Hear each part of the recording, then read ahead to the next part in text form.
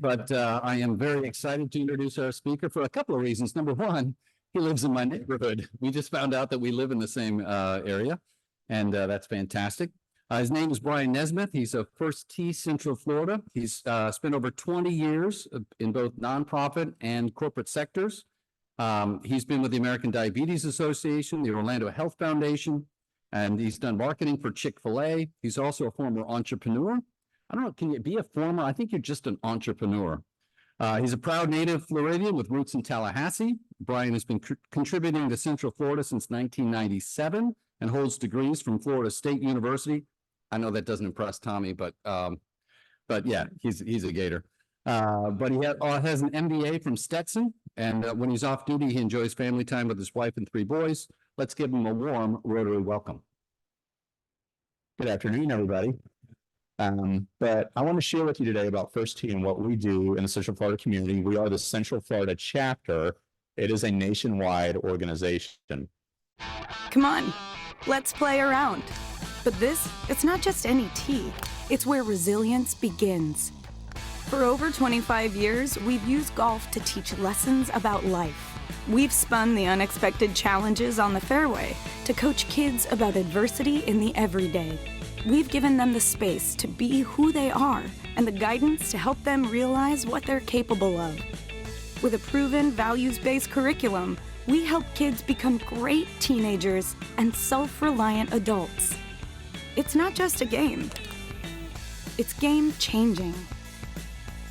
Where can you find us? In 150 chapters all around the U.S. and even a few abroad. In 10,000 PE classes for students of all backgrounds. In 1,600 community centers teaming up with after-school programs. At signature events opening doors for teens across the country. And at colleges, providing selected alumni with scholarships and mentors. At First Tee, social pressures cave to responsible decision-making. Green time beats screen time every time. Giving up is left behind for goal setting, and doubt is taken over by grit. Every experience helps kids become the best version of themselves, so they can lead more confident, more impactful lives. Join us as we build the next generation of game changers.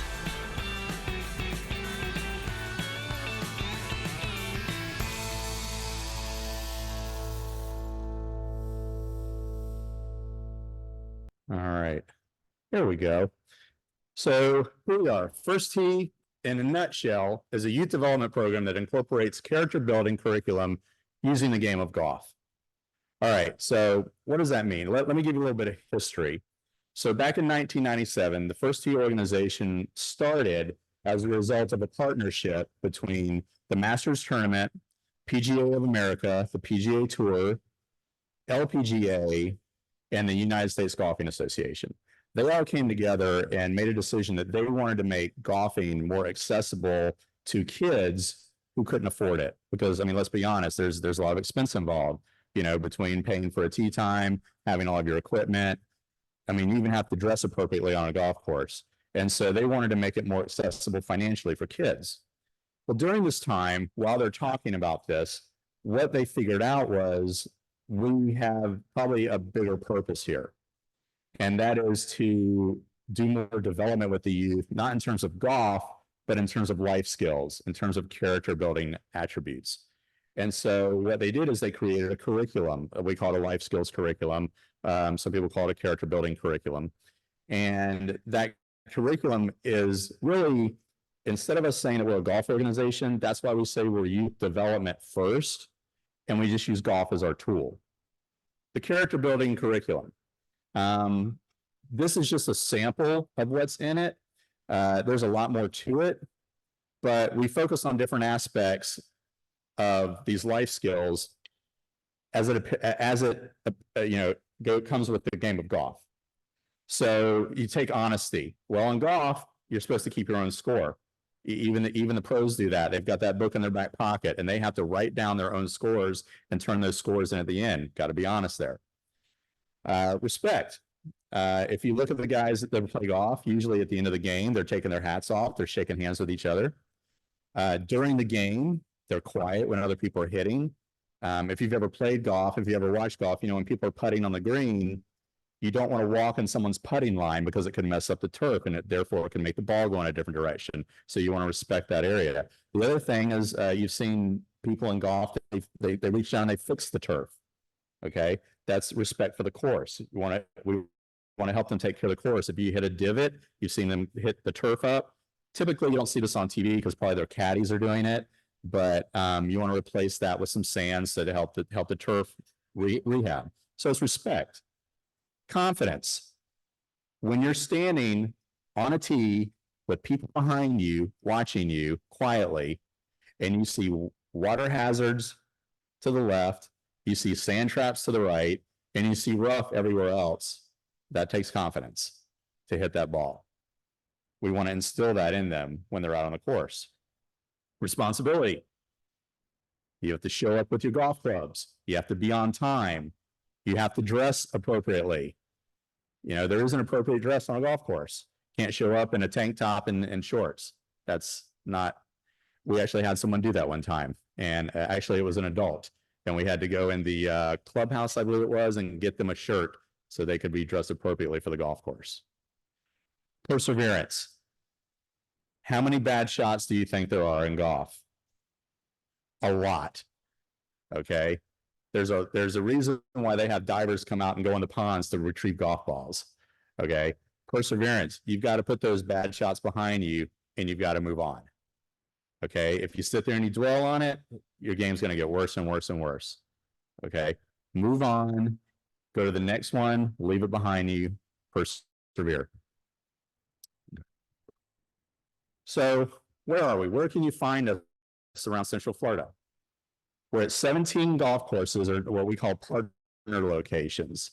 So to kind of give you an idea of where that is, how it encompasses Central Florida, and just so you know also, our chapter started in 2012. Although First Tee started in 97, our chapter in Central Florida didn't open until 2012. And we service Orange, Osceola, Lake, and Seminole counties. So obviously we have to be at different locations to be able to service because we can't have everybody come to just one golf course. So those 17 golf courses, you've got, let's see, I want to make sure I'm not going to give you all 17. Alaqua up north, we've got Tuscaloosa, we've got Stony Brook West, Orange County National, Winter Park 9, right down this way if I'm pointing correctly. And down south, we have Kissimmee Bay and Mayfair, and we also have Kings Ridge. So that gives you a little sample of how we're definitely encompassing all this area. And there are more golf courses that we're partners with. We're at 2 Topgolf locations, the Lake Mary and the Orlando Topgolf. I don't know if you've ever been to Topgolf. You don't necessarily know how to play golf. To go to Topgolf just to have a lot of fun. It's a great place to go to hang out, have fun. But we actually had a class last night over at Topgolf teaching the kids and a couple of different bays, and 3 PGA Tour Superstores. If you've been in the PGA Tour Superstores, they're not just retail. I mean, you can have memberships. They've got simulators. They've got all the teaching tools. And so we have kids that come to these stores and they are partners with us. They're actually a national partner with us. And so we have a very good relationship with them, and we enjoy that relationship. Over 130 schools. We have partnerships with schools here in Central Florida, and how that works is we work with the schools by teaching their PE teachers, their physical education teachers, on our programs. And we pay for the equipment to go into the school. So when you go in that school now, if you look at the equipment, if you look closely, I don't know if you can see this, you see what looks like a red ball there. The equipment that goes into the schools is what we call small, safe space equipment, meaning that we're not giving them real golf balls and irons to sit there and launch golf balls in a gym. That could kill somebody. Or I shouldn't say that, hurt someone. So we give them equipment that is safe in small areas. They can take it outside. They could do it inside. And it teaches them the fundamentals of the game. And after we're done training their PE teachers, the training then goes over to our headquarters so they can continue to sustain the program and make sure that those schools are successful in the programs that they use. Outreach centers. we want to connect with a lot of the at-risk kids in our communities. So we go to different outreach centers around Central Florida. In essence, what we're doing is we're bringing the game to them because we know those kids a lot of times cannot get to us and they cannot get to a golf course or anywhere like that. So some of the examples are the South Orlando YMCA, Tangelo Park, the Salvation Army, Wendover Housing Communities. Those are just a few examples. But let me tell you something about these kids in these outreach programs. These are our probably most at-risk kids in Central Florida.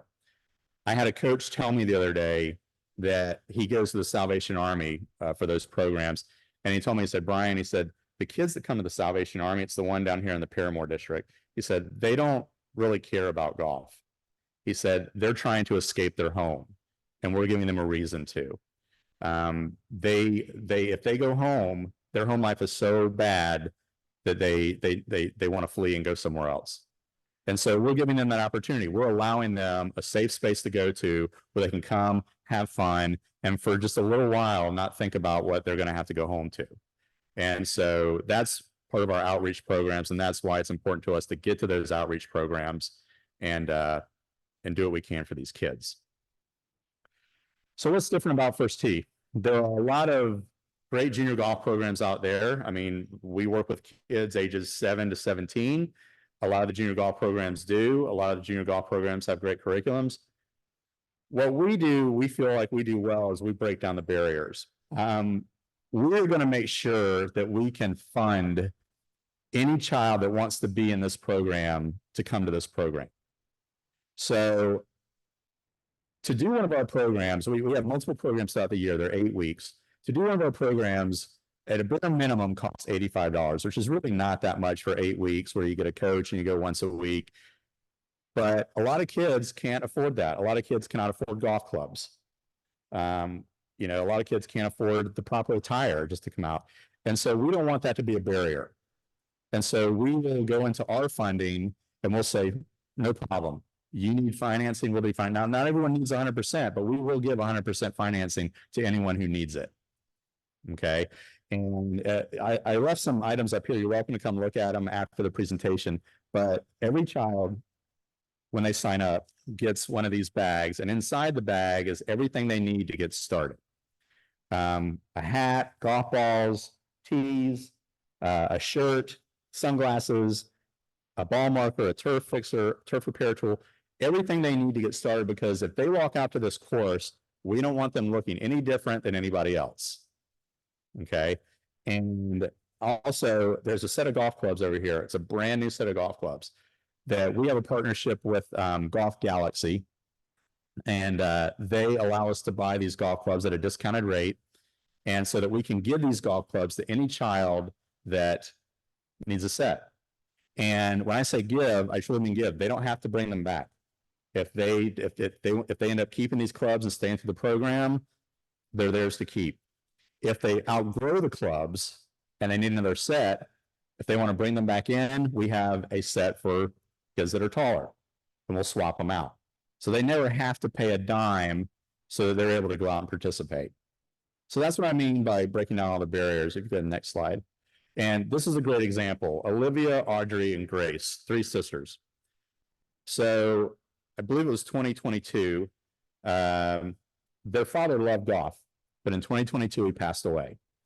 And our executive director, who she's a great person, Wanda, she's over here, you can talk to her afterwards, ran into their mother at an event. And their mother was talking with Wanda and said, hey, you know, my husband, he always loved golf. We always wanted our kids to do your program, but with his passing, their financial situation had changed drastically and they weren't able to do it. And Wanda, in true First Tee fashion, said, that's not a problem. We're going to make this happen. And so we funded 100% of everything they needed to come out and be part of our program so they could come out and enjoy the game that their father loved. And that's ultimately, that's what we want. We want these girls to be able to come out and, again, kind of escape the pressures of home now, the financial strains, the tragedy of their father passing away. So they're able to come out and enjoy that time. So where does our support come from? Well, you can see up here, it comes from many different places. First is grants. We go out and we apply for grants. Grants, I like to call the heavy lifting.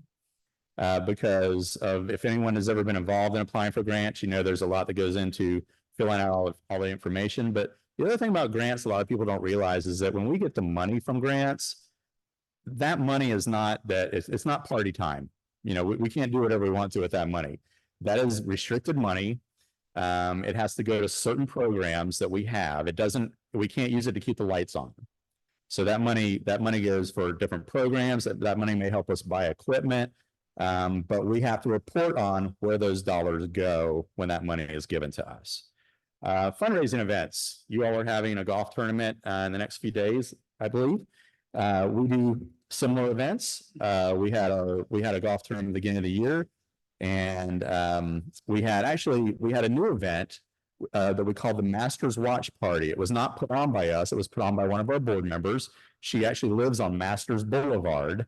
Down in Bay Hill, and she thought it'd be fun to put on this event, and it turned out great. And we had all these people show up to watch the Saturday Masters tournament, and it was a paid event, and we did very well raising money at that event. Our signature event is coming up in October. It's called Swing for the Kids. That event, actually, we take the money that we make from that event and we put it into a pot, and we do scholarships for our teenagers that are going to college. So right now we have 4, am I get that number correct? 4 teenagers that they actually are not teenagers anymore. They're in college, and they've been getting scholarship money from us for the last few years. They apply, there's certain criteria with the scholarship, but we partner with the Arnold and Winnie Palmer Foundation through that event, and they give us money. We put some money in from the event, and our goal by 2030, I believe, is to have $1 million in there, so it's an endowment, and we can continue that scholarship fund for as long as we see fit. We're about, I think we're a little over halfway there.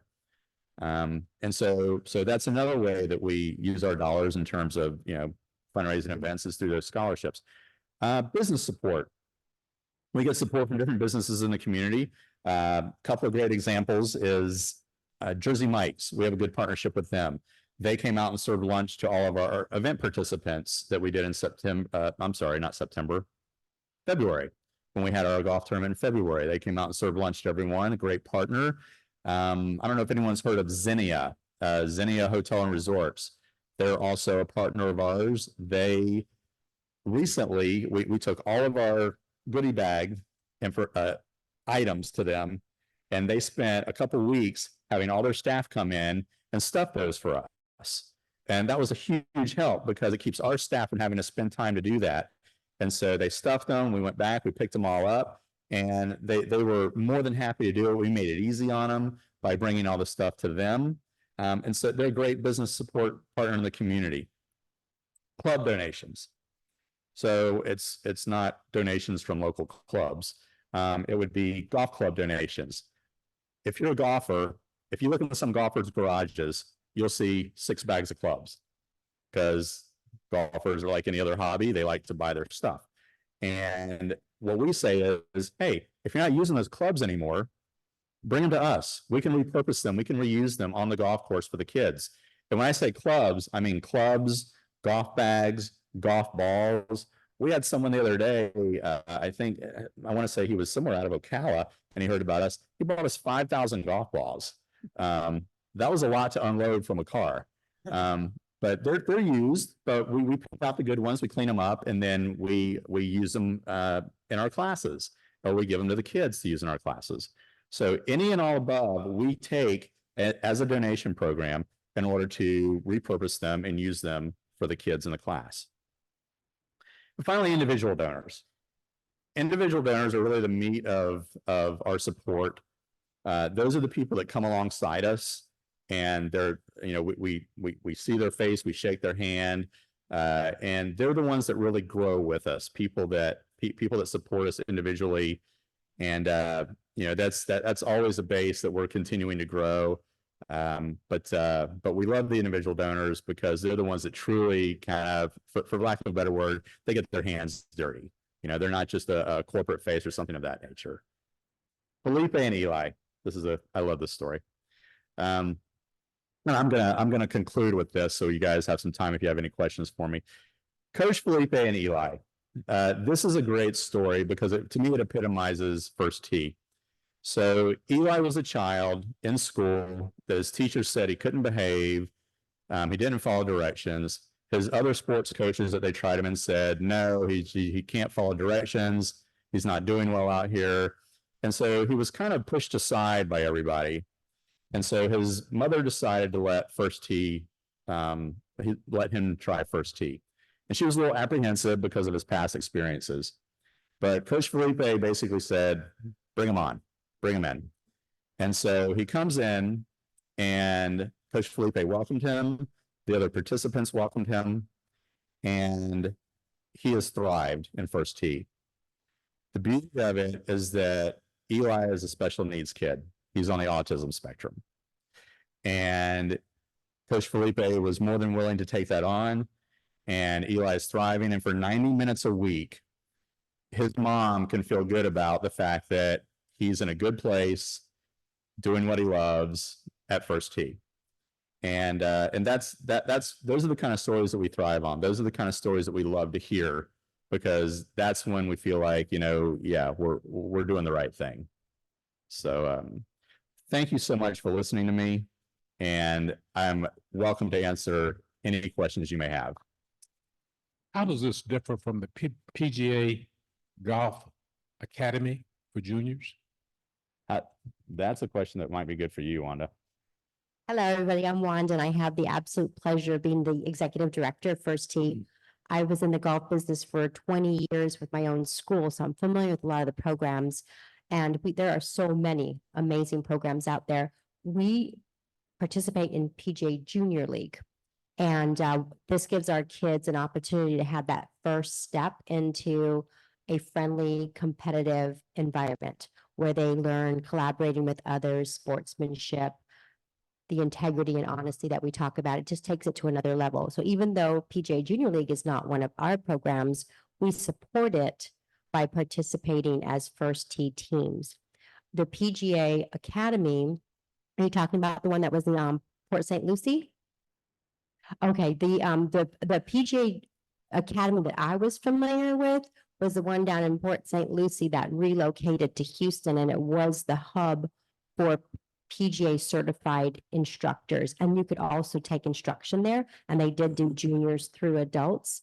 But the PGA program that we're so happy to be aligned with is that PGA Junior League, and the nice thing is that they also provide funding. So if our kids can't afford the $99 to join that league, the PGA of America Foundation takes care of that as well for our kids. Right. Can I answer that? One quick misconception I also want to dispel is that a lot of people think that we get funding from the PGA or the PGA Tour because they may see our logo on the screen for some reason during an event.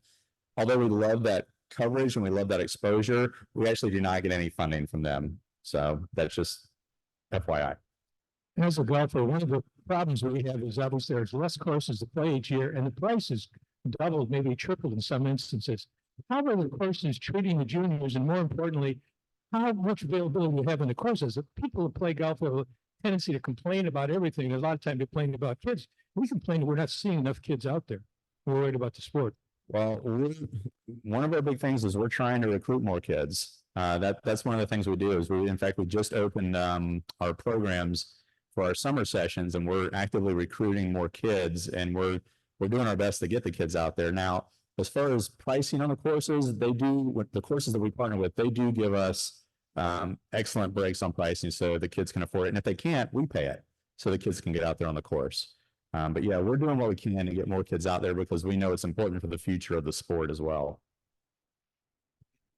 That's great. Thank you, Brian, for being here and sharing the story about Coach Felipe. And that's, having been a coach, I tell you what, there's nothing more fulfilling than having parents come up to you and say, oh my gosh, you don't believe the change in my kids since they've been here. And it's amazing. But would you share with everybody here just a little bit about the age groups and how that works? So with the age groups, they are divided into age groups. So we don't put a 7-year-old with a 15-year-old out on the course. They are usually 7 to 9-year-olds, 10 to 13, and 15 to 17. And they also have different levels in there. So they'll have 7 to 9-year-old level 1, 7 to 9-year-old level 2. And it's boys and girls, they're all mixed up. But we also have a girls golf program that we call Girls on the Green. And that is designed for girls that maybe just want to be part of a girls only program. And we also want to foster the growth of the girls side of golf as well. But yes, we do divide them up into age groups and a little bit of skill level between very beginner and maybe a level 2. And then we also have a teen advisory board. So what we do is with our teens is we try to get them more involved in the leadership aspect of the teaching. So once they get to a certain level, they can become more involved in the leadership side. They can be part of a team board where they're actually making active decisions about what they do and how they move forward. And some of those teams have ended up being put on scholarship as they're in college. But yes, they also will become coaches eventually as well. So those teams that really stick through First Tee can become certified as a First Tee coach and help lead the younger kids. So my dad was an avid golfer and he had golf associations and stuff across the nation. Anyway, he just passed away and he left behind 3 sets of golf clubs. And I've got a couple extra sets. Are you only looking for children's golf clubs or you take adult clubs too? Oh yeah, we have plenty of adult clubs in there because our teenagers are as big as adults. Okay. Yeah, Then I got so- a bunch of clubs for you. Yeah, absolutely. Bring them by. Any other questions? Brian, thank you for being here. Thanks for what Absolutely. you're doing. Thank you all very much. Thank you for coming. A little gift for coming by today. Oh, thank you. I appreciate that. Thank you so much.